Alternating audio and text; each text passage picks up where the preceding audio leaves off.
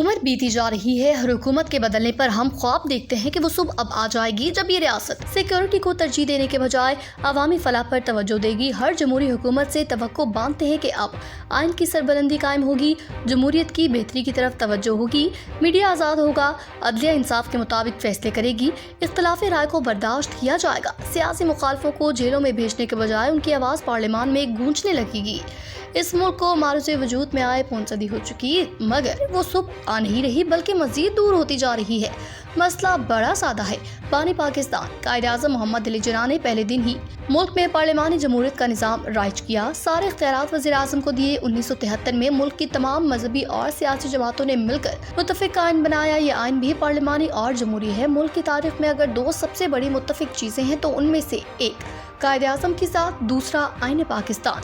इस मुल्क ने अगर तरक्की करनी है और अपनी शाम और अंधेरी रात को सुबह में तब्दील करना है तो इन्हीं 2 मुत्तफ़क़ात की रोशनी में आगे बढ़ना होगा। गुज़िश्ता दिनों ISPR की प्रेस कॉन्फ्रेंस में जहां 9 मई पर मुक़्तदरा का रद्द-ए-अमल सामने आया, वहां कुछ हैरान कुन जवाबात भी सुनने को मिले। पाकिस्तान की तारीख में ये पहली दफा हुआ कि फौजी तर्जुमान ने माजी में मुक़्तदरा के सियासी किरदार पर एतराज़ात उठाए। माजी के धरनों में माजी की मुक़्तदरा के किरदार पर उंगली उठाई गई।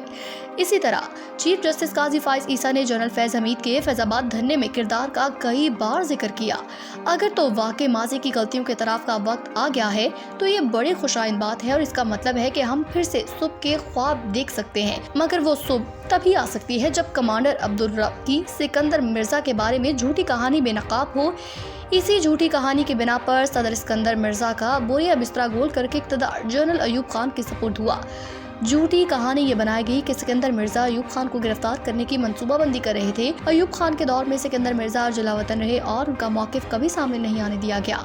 इसी तरह वो सुबह तब आएगी जब ये पता चला जाएगा कि अयूब खान ने मुस्ताफ़ी होते वक्त अपनी ही तश्कील करदा आइन के मुताबिक इक़्तिदार स्पीकर के हवाले करने के बजाय जनरल याह्या खान के सपोर्ट क्यों किया। वो सुबह तभी तुलू होगी जब 1973 के आइन में आर्टिकल 6 होने के बावजूद जनरल ज़ियाउल हक ने मार्शल लॉ नाफिज कर दिया। तो आइन की मुहाफ़िज़ अदालतें कहाँ सो गई थी और इतने साल गुजरने के बावजूद जबकि भुट्टो की फांसी को भी गैर कानूनी और नाजायज करार दिया जा चुका है, जनरल ज़ियाउल हक को अब तक अलामती सजा क्यों नहीं मिली और अब तक उन्हें फैसल मस्जिद जैसी मरकजी सरकारी जगह से आम कब्रिस्तान में क्यों मुंतकिल नहीं किया गया। उनके इशारों पर भुट्टो को मौत की सजा देने वाले तो गलत और मातूब ठहराए जा चुके हैं।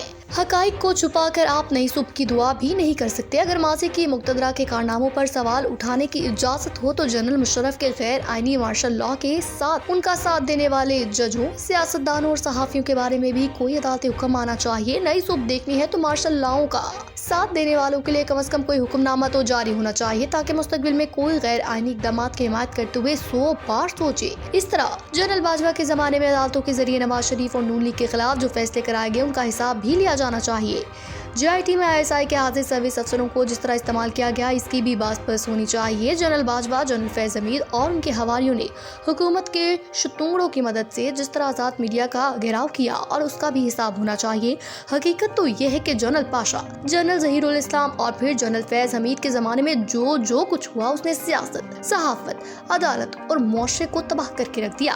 काश आज की मुक़्तदरा और अदालत इन मामलात का कुछ मदावा कर दें। अब जबकि अदालत और मुक़्तदरा दोनों माजी के खाते खोल रहे हैं तो उन्हें किसी न किसी तरह ये एहसास हो रहा है कि माजी में बहुत कुछ गलत हुआ है, तो उन्हें अपने हाल को भी दुरुस्त करने की तरफ तवज्जो देनी चाहिए, क्योंकि आने वाले दौरे म्यान की पॉलिसियों और इक़दामात पर भी सवालात और एतराज़ात उठेंगे। अगर तो पाकिस्तान में वाकई नई सुबह का आगाज करना है तो लड़ाई, नफरत और इंतकाम के जज्बों को दफन करके मुफाहमत को अपनाना होगा। जिस तरह बरसग़ीर के मुसलमानों के मुख्तलिफ मकतबा हाय फिक्र ने मुफाहमत से मुतालिबा पाकिस्तान की हिमायत की और कायद-ए-आज़म की क़यादत में मुत्तहिद हुए थे, इसको मिसाल बनाना चाहिए। इसी तरह आइन और 18वीं तरमीम की मंजूरी के वक्त भी सब सियासी ग्रुपों ने इकट्ठे होकर इत्तफाक किया था। दहशतगर्दी के खिलाफ जंग के वक्त भी तमाम सियासी जमातों और फौज ने मुत्तहिद होकर हिकमत अमली तरतीब दी थी, कामयाब हुए भी थे।